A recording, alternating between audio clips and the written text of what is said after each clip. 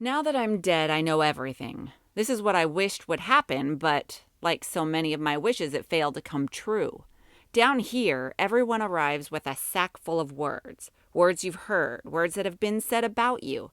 Some sacks are very small, others large. My own is a sack of reasonable size, though a lot of the words in it concern my eminent husband.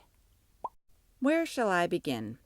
My father was King Icarius of Sparta. My mother was a naiad. I was a child who learned early the virtues, if such they are, of self-sufficiency. I knew I would have to look out for myself in the world. I could hardly count on family support. My marriage was arranged. At the court of King Icarius, my father, they still retained the ancient custom of having contests to see who should marry a nobly born woman who was, so to speak, on the block.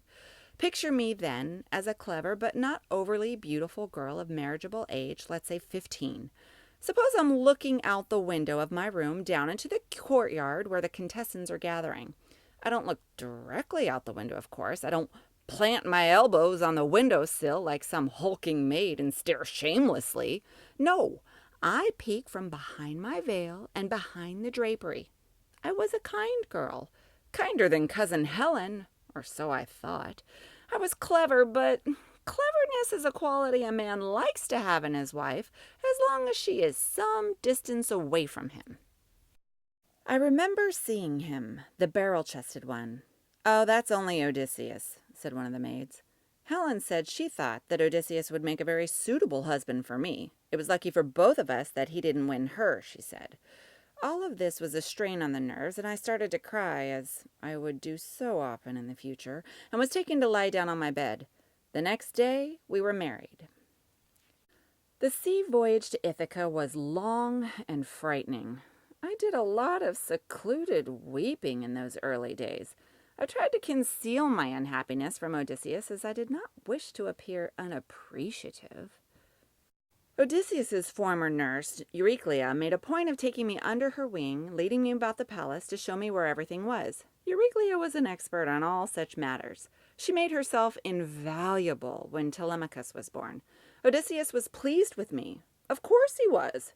"Helen hasn't borne a son yet," he said, which ought to have made me glad, and it did, but on the other hand, why was he still, and possibly always, thinking about Helen?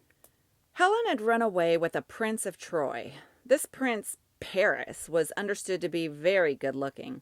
While Menelaus had to go away to a funeral, the two lovers had simply loaded up Paris's ship with as much gold and silver as they could carry and slipped away. It was when Menelaus returned that he sent word to Odysseus. Everyone had to come to Troy and wage war to get Helen back. So off he went. What can I tell you about the next 10 years? Odysseus sailed away to Troy. I stayed in Ithaca. Telemachus grew from year to year, eating a lot of meat, indulged by all. And then, nothing. My mother-in-law died, wrinkled up like drying mud and sickened by an excess of waiting, convinced that Odysseus would never return. The suitors did not appear on the scene right away. No, they didn't start besieging the palace until hope had dwindled and was flickering out. They simply showed up every day at the palace and proclaimed themselves my guest, imposing upon me as their host. They said they would continue in this manner until I chose one of them, my new husband, and so they punctuated their drunken parties with merrymaking and moronic speeches about my ravishing beauty and wisdom. I can't pretend I didn't enjoy a certain amount of this. We all like to hear songs in our praise, even if we don't believe them. Who's to say that prayers have any effect? On the other hand, who's to say they don't? 20 years of my prayers had gone unanswered. No sooner had I performed the familiar ritual and shed the familiar tears than Odysseus himself shambled into the courtyard. I slept through the mayhem. I tended to do that. Euryclea described the whole thing to me and to anyone else who would listen. First, Odysseus, after stringing his famous bow, shot through the 12 axis, thus winning me as his bride for a second time. He then made mincemeat of every last one of the suitors.